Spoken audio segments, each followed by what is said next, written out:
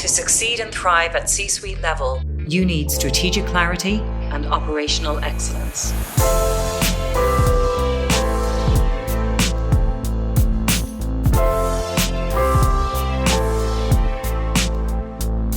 Hello and welcome to the C-Suite Framework podcast.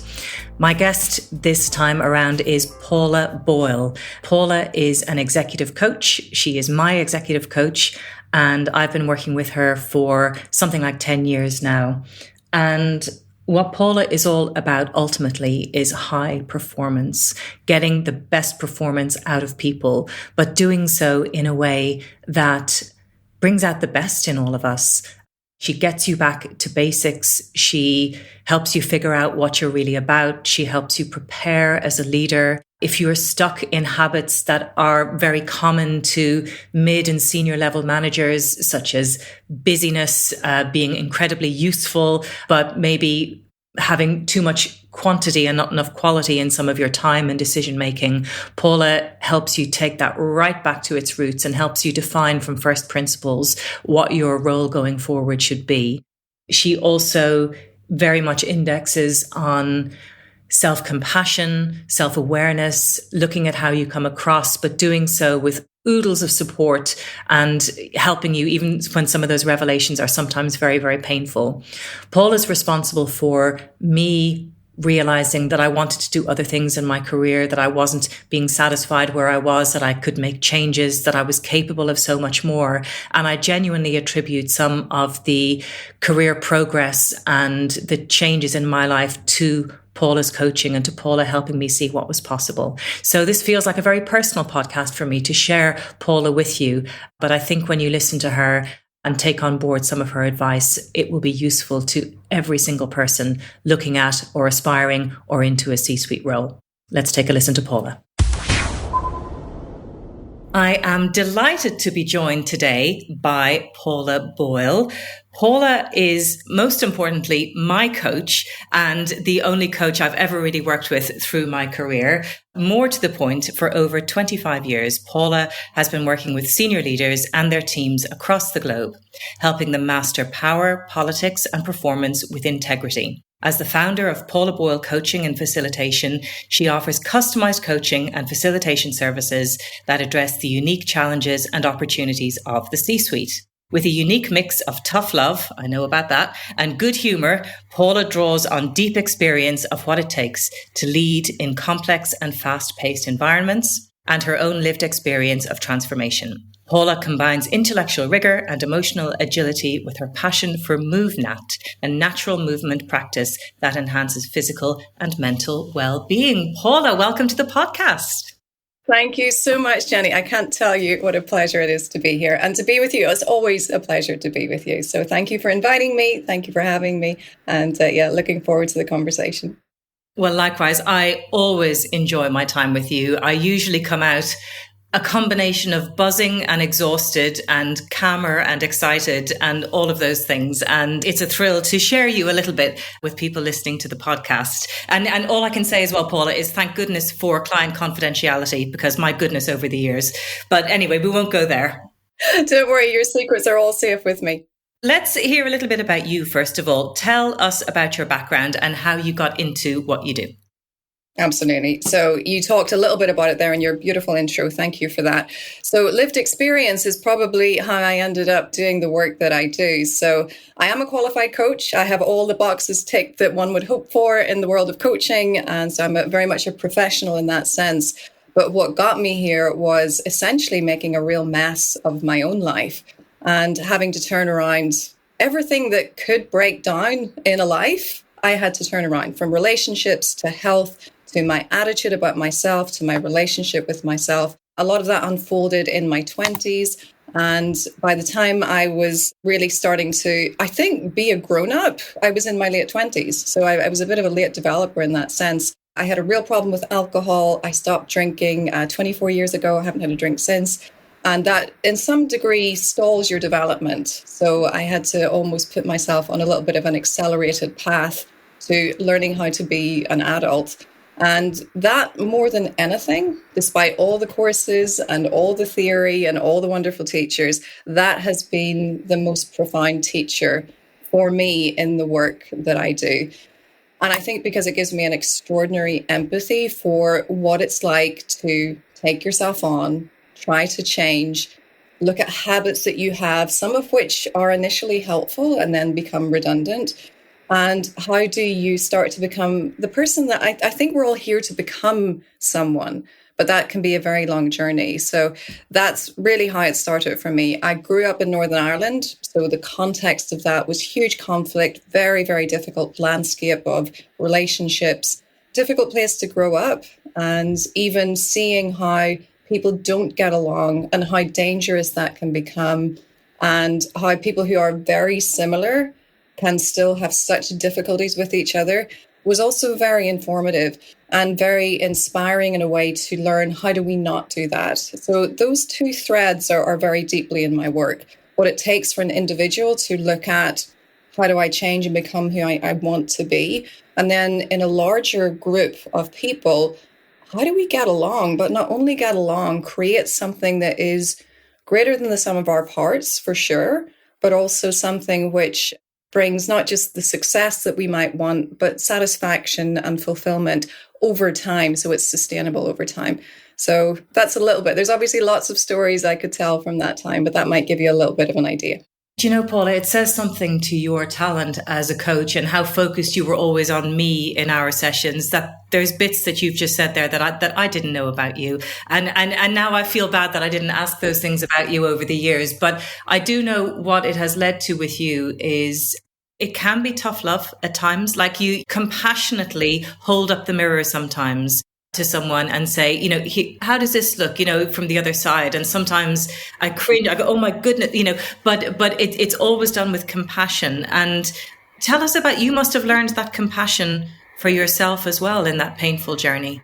I think it's so common. In fact, I would say 90% of the people that I work with have some form of overactive self-critic, somebody or a voice or a being in their head who's essentially telling them a very disempowering story. And I think maybe my greatest talent way back in my 20s was I had the best one of those ever. So I had the best inner critic. And I know what it's like to be beaten up by yourself and by that voice on an almost daily basis. And I know the suffering that that can cause. I know how hard it can be to challenge that narrative. So for me, learning how to really integrate what was essentially good intentions from those voices. I think they do have good intentions for us, but to learn to really quiet that, turn down the volume, see what the gift was that was trying to come from that, and learning to soften towards myself, which sounds like a strange thing, but that's essentially what the relationship is about. And to start to turn towards myself, not as somebody who's wrong or bad or not good enough, but somebody who is actually trying quite hard and has lots of capacities and capabilities. And that really is my daily work. It's helping all of us to turn towards ourselves in a way where, instead of limiting ourselves by critique and criticism and trying to force ourselves to be better, it's to allow a whole lot of other kinds of capacities to come back online, because we're receiving them from a place of acceptance and kindness and compassion. That also allows for directness. So there's nothing that anybody says to themselves or that they are saying that I haven't either been through or experienced or had said to me. And I think there is something about somebody caring enough to tell you the truth that has real power. So that's always my aim. And it's an aim to be a contribution. And all of us sometimes need a little bit of definitely a hug, but sometimes also a kick up the bum. So that combination is usually what I'm aiming for. But yeah, informed very much by, how does this help somebody see something that might be difficult for them to see? And I think, and I have felt both the hug and the kick up the bum over the years, but I think sometimes the more intelligent we are, the more high performing we are, the more ambitious we are, the nastier that voice can be, because we're smart, right? We know how to find the cruel things to say about ourselves. And I think I worried a little bit when you were showing me to soften into that. I worried I would lose my edge. I worried that that critic, that hard driving critic, was the thing that actually made me successful. And to anyone out there, if this resonates, well, I promise you it doesn't. You're still the person that you were. You're still the high performer that you were. It's just, God, it's just less painful and there's less friction along the way. And it's a lot more joyful. So listen, Paula, the people on this, people listening to this podcast typically, I think, are mid to senior level managers, ambitious people eyeing up their first C-suite role, probably performing very well in their role, knocking on the door and that kind of thing. But tell us a little bit about who the people are who come to you. And I appreciate every single one of us is different. But what are the kinds of issues? And we've probably touched on some of them already, but what are the kinds of issues that people come to you? What do they say to you when they come to you? You've described a lot of them already. So it's super smart people, often extremely well educated. There are some outliers, and I'll come back to that. They tend to be running very large, complex, either organizations or projects, or a combination of both. Usually very matrix, so it's often not clear where the lines of power are. And very often they are a combination of very, very ambitious and also to some degree suffering from some kind of what we might call imposter syndrome. So that's very, very common. And even if they don't say that, that's usually what's going on. So I find that in most occasions when I'm one-to-one with somebody, even if we've only just met, there's a moment where when we've built enough trust, they'll kind of lean in, they'll turn to me and they'll say, Paula, I hope nobody finds out, but I don't really know what I'm doing. That's probably the most common experience I have. The sense of, I'm not up for this. I'm not up for it. They're definitely up for it in the energetic sense, but that feeling that I'm not going to be able to complete this or do this or take this on. So there's usually a little bit of self-doubt. Some of the outliers are supremely confident, often to the point where they're getting feedback about a degree of arrogance or not listening or whatever. It's actually the same thing. So there's a spectrum of doubting ourselves that can show up as kind of a very high level of arrogance and overdone self-confidence and hyper-independence that has the same root in my experience of it. So whatever the presenting person and the attitude is, very often we can find at the root that there's some sense of deficiency. So yeah, that's almost always what I see. At some level, there's a sense that there's not enough or there's something missing. Now, in terms of the kinds of organizations, that is the full spectrum. I've had over the years, professional kind of folks in terms of lawyers, bankers, lawyers who are bankers, lots of management consultants, lots of people who are running big engineering firms, advertising, oil and gas. So I could go on and on. It's been the full spectrum, which has been an immense privilege. I've worked in 25 countries over the years and thousands of people. So I often joke that I watch people for a living, which sounds a bit weird, but that's really what the job has been. Yeah, you get to see the human being operating at work. So you get to see that there are patterns to that. And sometimes those are specific to an industry and that context will inform the behavior. And some of them are just right across. So yeah, and you need to be attentive to both. What is the industry or the company doing to the person's behavior?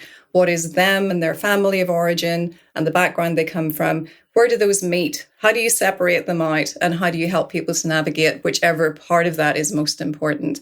So yeah, the full range of both the human experience and the work experience. Yeah, and there are patterns, it sounds like, but at the same time, every particular context brings something unique as well. I think when I first met you, I was a VP in Barclays. I was reflecting on this. I think I was it'll be interesting to see how you saw me. I think I was fairly joyless at the time. I was working extremely hard. Work was work. I was too busy. I wasn't in control of my own career and agenda. And one of the most transformational things that you did for me, I think, was to give me permission to imagine the very best version of my life and to give myself permission to step into that. And I think I probably started, it would look like this, but that's not going to happen. And you sort of said to me, well, why not? I think that's so true. There's something about this role, and it's one of the great gifts of this role, is you get to kind of increase the permission field that people will give themselves. So it's almost as if I'm the proxy of a part of them that wants permission. So when you say, yes, you can, or what's possible, then that allows for something to catalyze in the person that I'm working with. And I think we're in a society and a culture which does not support our dreams so much anymore. And I think if we are allowed to, even for a moment, even in a busy day, even for a second, to close our eyes and just step into what could be, what do I want? And to a certain degree, make that very long journey from our head down to our heart for a moment and see what's the longing there. What is it that I feel would be deeply satisfying, would be fulfilling for me, would allow me to have, and joy is the perfect word. And if I remember back to when we first met, I mean, my sense of you was overwhelmed and nowhere near enough joy.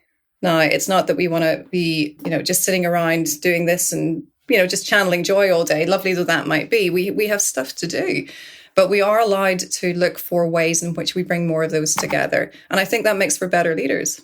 I think a leader who is carrying an energy of joyful fulfillment and purpose and allowing themselves to be enjoying their lives creates a very different atmosphere and a very different permission field for all of the folks that they touch.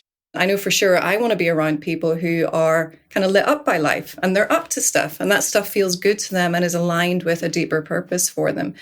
So for me, if there's no joy, there's a problem. That's something we should attend to. And it's very easy to get overwhelmed. And a lot of that overwhelm and being too busy and having our big brains tied in a knot often comes from what we spoke about a few minutes ago, which is that sense of deficiency. And I must do more in order to seem to be capable of all these things I've been charged with. And in fact, I think it works the other way.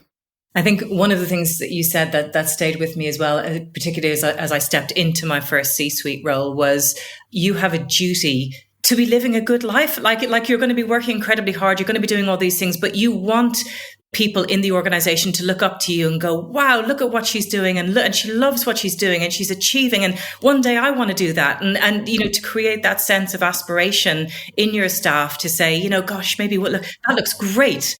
I want to be a leader. I want it because that looks really good. And that really stuck with me along the way. Yeah, absolutely. But it's so important. I mean, role modeling is a bit of a hackneyed phrase these days, but you have to look like you're enjoying what you're doing for other people to want to, do it with you or to do hard things together with you. But it's also, if we want a cadre of leaders to step up and into these roles for the right reasons, then it has to look attractive, right? It has to be something that they feel, that's going to give me not just good achievements and boxes ticked, but I want to have a good life. I think we've way over-indexed the achievement and one very narrow definition of success. And to now start to return to, success is also, how are my relationships at home? How often am I seeing my children? When do I see my friends? How fulfilled do I feel in that more social sense?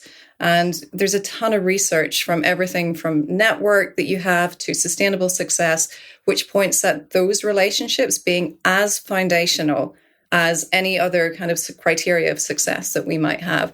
And I think it's kind of crazy that we need research to tell us that, because obviously that should be how it is, but we can back it up with our kind of innate sense of that, along with what the good researchers tell us too. This podcast is brought to you by the best-selling How to Be A range of books. These books, authored by me, Jennifer Geary, in collaboration with other seasoned experts, break down roles such as the COO, Chief Risk Officer, Chief People Officer, and Chief Sustainability Officer into their component parts. They explain the technical capabilities you need, but also how to operate at this level, preparing yourself, getting to know your peers, engaging with culture, strategy, building your team, and much more. Over 30,000 books have been sold, and the books have received overwhelmingly positive reviews. There's even a book about the role of AI called The Augmented COO. Check out the books, available on Amazon and Waterstones now. And that's a brilliant segue to my next point, which you gave me some of the pointers, and then I kind of developed my own system as well. But in all of my C-suite books, I talk about the need to prepare yourself for that role. So you're stepping into a new role, whether in the organization that you're in or in a new organization, and the importance of preparation. So mental preparation, physical preparation, self-care, family arrangements, some of those things you talked about, catching up, making sure that your reserves are full before you give so much of yourself to this new and demanding role. Just talk a little bit more about that and how you help people prepare. Yeah, absolutely. And almost the first thing these days that I do with people is help them work out how to relax, which is very counterintuitive because people stepping into a very senior role, that's not their first immediate thought. But that is, in fact, what they need to do. Now, it's a difficult move to make because you've usually been given the role on the back of a lot of effort, a lot of hard work, a lot of achievement. But when you step in, first thing you need to do, as we all know, for that first period of time is to be in listening mode, to be in receive, in learning, in working that out. And people are more likely to tell you the truth if you're showing up in a relaxed, present, steady way. That's what's going to build the trust. And trust is the most critical asset that you have at the beginning of one of those big roles. So job number one is, how do I relax when I feel like this is the least relaxed I could ever be? So that's the first thing we look at. Now, that could be anything from practices at home. Some people like to meditate, some people don't. So there's a whole kind of range of ways that you do that. So I work very specifically with people on, what does that look like for you?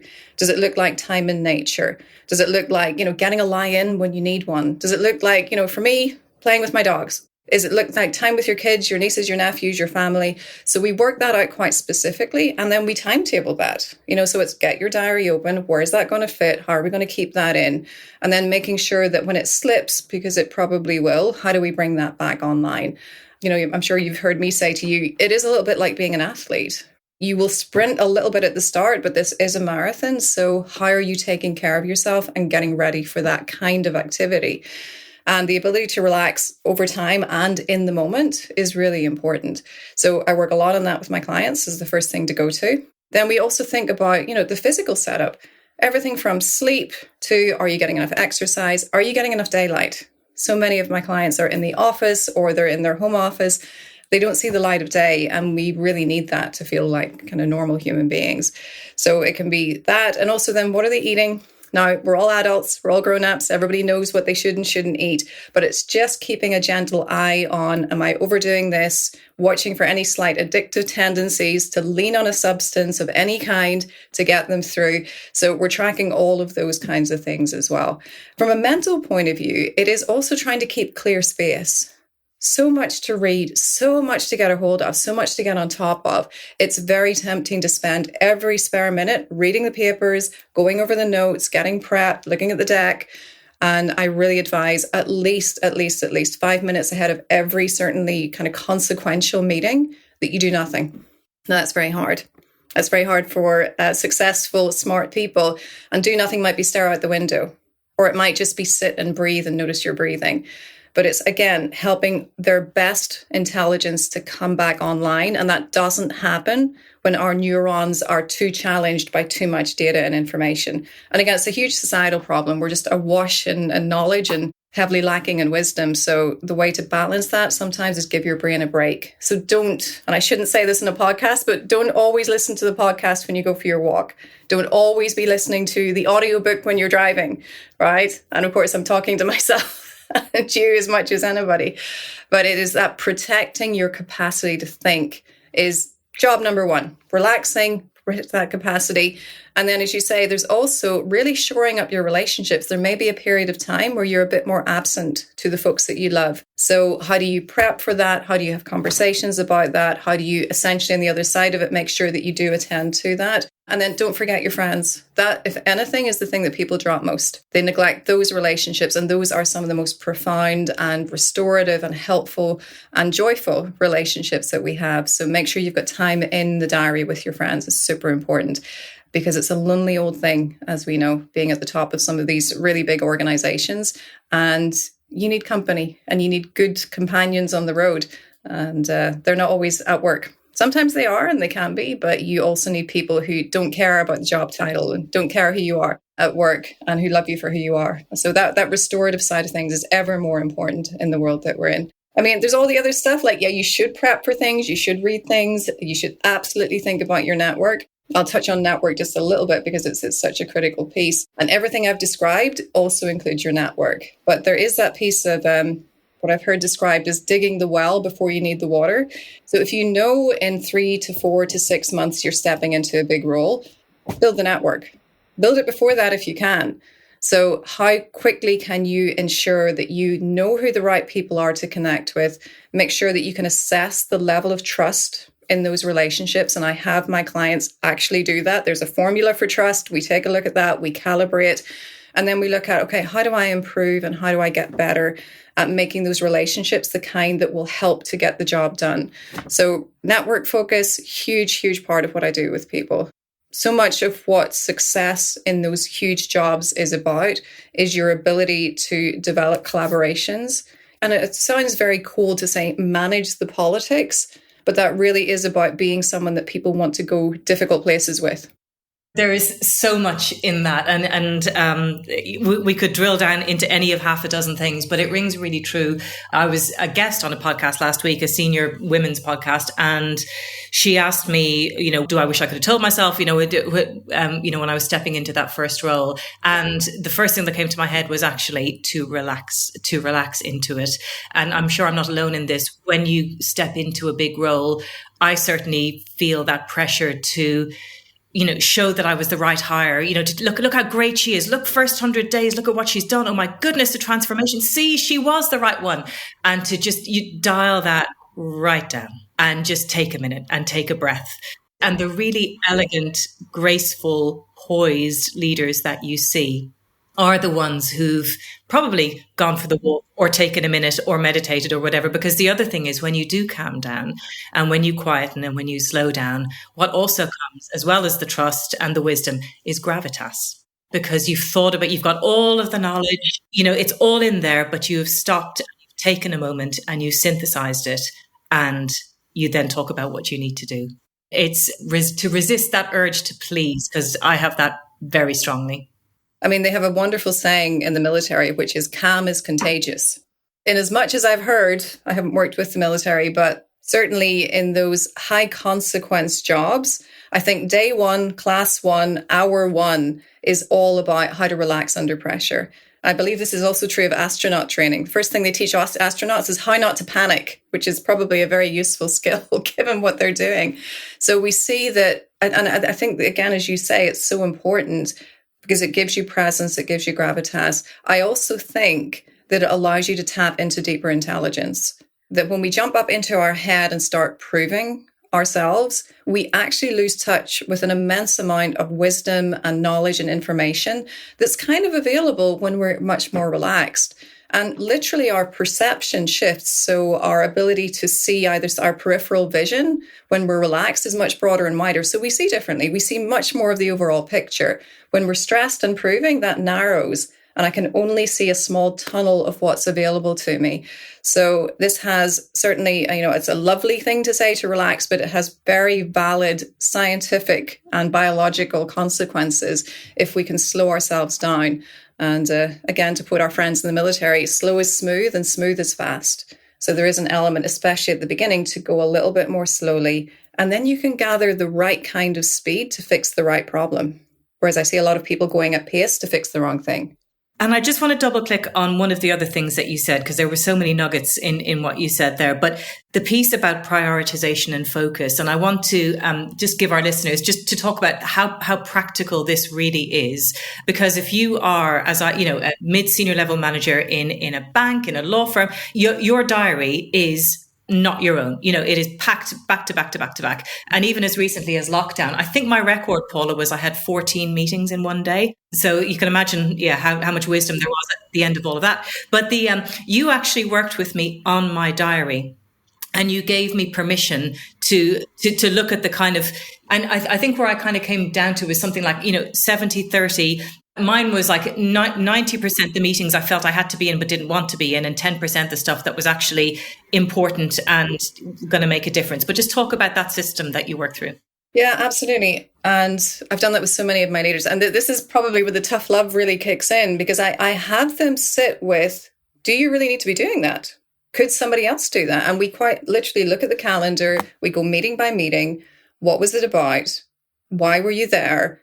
What did you add? Could somebody else have done that? And we just take like a random week just to give them a sense of where, to some degree, they are selling out their time. And I normally say, well, by the time we're done, we'll get you about 20% of your time. Noticing where you're doing something because there's an unconscious need that's being met that has nothing to do with practically getting things done. And then speaking of getting things done, David Allen, who wrote the seminal book, of course, has a wonderful expression that I've used so many times. I'm sure you've heard me say it, Jenny, is to only do what only you can do.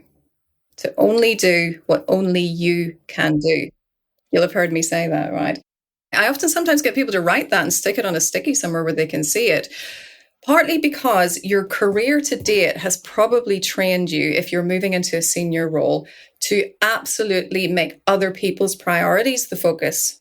So you will do things that lots of people could do, right? And great. And you'll do them brilliantly and perfectly and wonderfully and everything else. But the pivot point when you step into the C-suite is you must now defend against other people's priorities. So to become the kind of A player in that suite, you have to stop doing what B players will do, which is, I just need to feel busy and good about what I'm doing. Let me just do that thing because I'll do it well or better. And there's all kinds of stories that we tell ourselves about that to justify it, but it is a justification. The really disciplined hard work is to look at the task and say, I would be really satisfied doing that. I would do it really well, but I have to not do that anymore. And I have to build tolerance for the discomfort of not doing the thing that I'm good at or that I could do better than somebody else, so that you start to really step into doing things that are of a higher order, strategically more important, and that initially are going to feel much more uncomfortable because there'll be a lot more unknown. There'll be a lack of certainty. So the security is not going to come in the short term, the way we like it.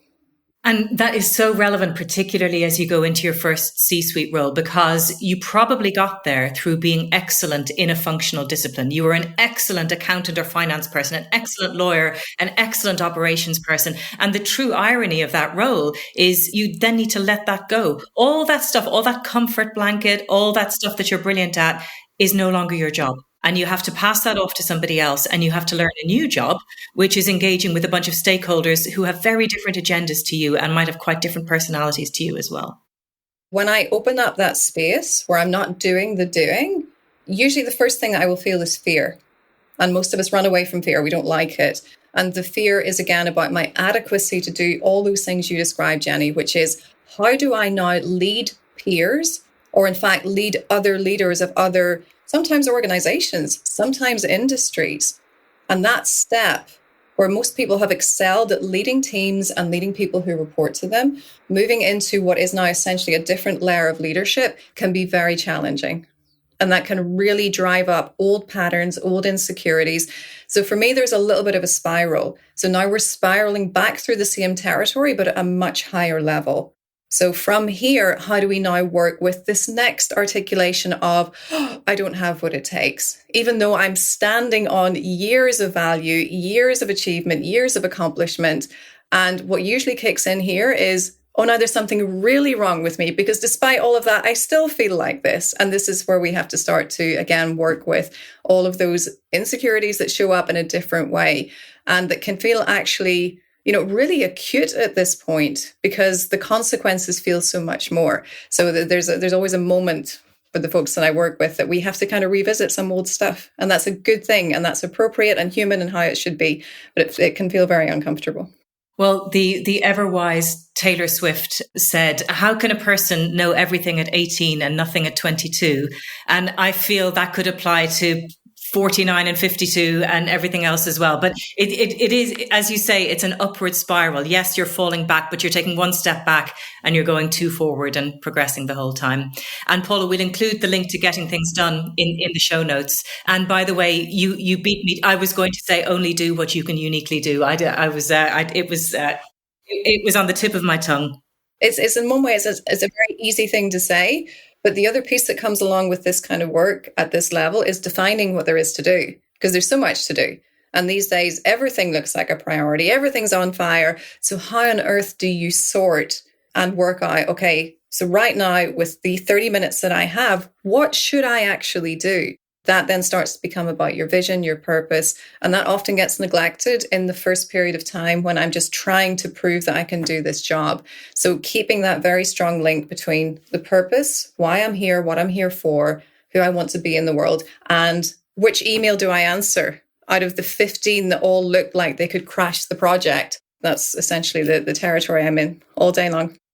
I think of it as well as fewer, more powerful movements. It's kind of deep tidal movements rather than the ripples, if you know what I mean. You know, as a senior executive, your actions wield more potency than they ever did before. And often the changes that you make are more long-term and more foundational. So kind of trusting in making a few powerful movements rather than lots of little ones in that role.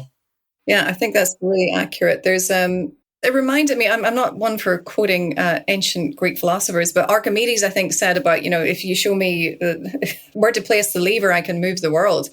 And I think that's really important because, as you just say, it's the actions that we take have consequence way beyond what most people will see at the more senior levels. So even just that one breath, that just split second about what to do or not do in this moment is that application of the power that we have and realizing just how much power we have. So I think that's very important. Love that. This is the second podcast in a row where we've gone back to Greek classics, by the way. I don't know what's happening, but I'm loving it. I'm here for it. Paula, I'm going to choose to ask a question about, this is sort of higher level performance tips and that kind of thing, but I do love this one. And you've touched on it already, but reducing cognitive load. Right. One of the key things for a busy executive, and whether that is thinking about the clothes that you wear, what you have for breakfast, your commute, your habits, which of the 15 emails to add, some of those micro adjustments can actually have quite a powerful effect on your focus. Do you want to talk about that? Yeah, I do a little bit. So you said a couple of things there, which are, how do I handle the endless admin and minutiae of my life in such a way that it is not perpetually tugging at my attention? So for me, attention it's kind of the final frontier of performance. We have optimized so many other things. Nutrition's optimized, if you do working out in any way, that's all been hugely optimized. But how we can get control and harness our attention is absolutely foundational. And if you are trying to have a difficult succession conversation with the chair of the board, and at the same time you're thinking, my goodness, it's my 7-year-old's birthday and I forgot to pick up, then you're just not going to be as fully present and capable in that moment as you could be. Now, of course, we're all doing a little bit of that all day long, but the more that you can step back from your life a little bit and take a look at, where are all the things that I need to handle? And this is where lists are phenomenally useful, of just all of the stuff that's on your mind. And as you go through that, then you start to notice, actually, this is a recurring thing. Why don't I just, as I've heard many female leaders do, keep a drawer of presents for different age groups, right? And then I step into the drawer and there's one available. And I can do that once a year, big shop, there it is, it's done. So all over our lives are these places where we can find ways to free up our attention. And it might also be our time, and that's the kind of secondary benefit. But it just means that if I have kind of handled my stuff, and if I've taken the time to spit out on paper all of the things that I know I have to do, and then I start to look at what will just have to be handled in the moment, but what could be prepared for and taken care of, that is an extraordinary exercise to do. And you can do that once a year. You can do it once a week, which is my recommendation. You can do it over whatever. And sometimes I do it in the middle of the day. I just realized I've gotten really scattered. There's several things pulling in my attention. Let me get them out of my head into the paper and realize, okay, I'm just going to have to do it. Or, you know what, every weekend I could be doing something to make sure that gets taken care of. Or I give it to somebody else, right? Or you notice that there's somebody that can be handling all of that for me and I just delegate to them.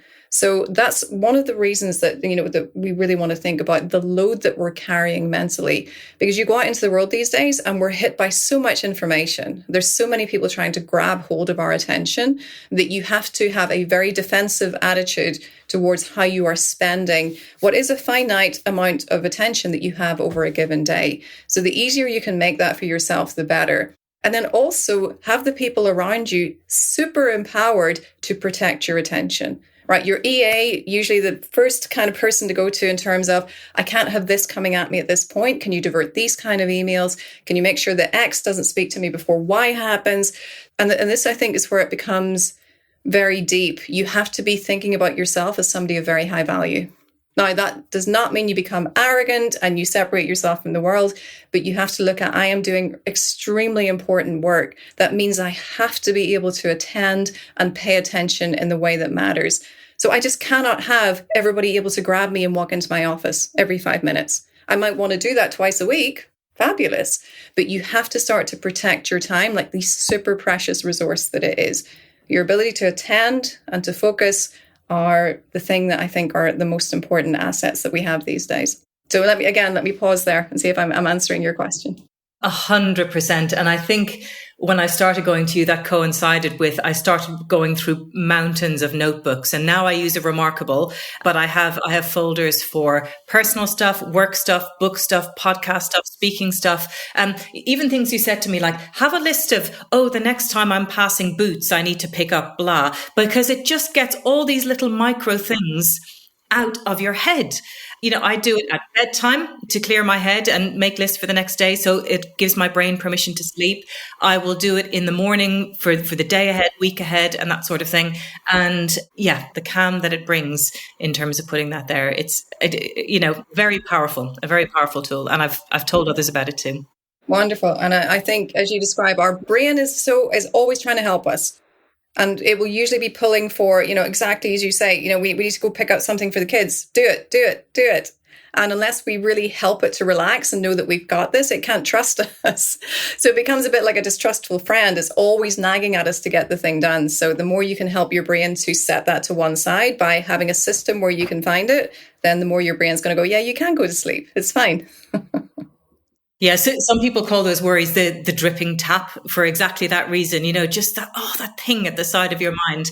I have to say, Paul, I worry that I will be on my deathbed in my final moments, supposedly having a moment of wisdom, and I'll be like, I haven't cancelled the veg delivery or something like that. Like, it's terrible. But anyway, no, the lists are the answer. Paula, there's so much value in what you've said. And actually, we've condensed so much wisdom and things that we could spend much, much more time on into 40 minutes or so. But are there any, final thoughts that you have, things that you say to your clients more than anything else, anything you want to leave us with? Yeah, I'll leave you with two things. Number one, they are kind of linked. So number one, and I say this endlessly all day long, is, it sounds very strange, but don't be too useful. And this is particular to stepping into the C-suite, staying there over time. Don't be too useful, because it will lead you to do things that you shouldn't be doing. It will lead you to look and scan the landscape for just work rather than strategically important stuff.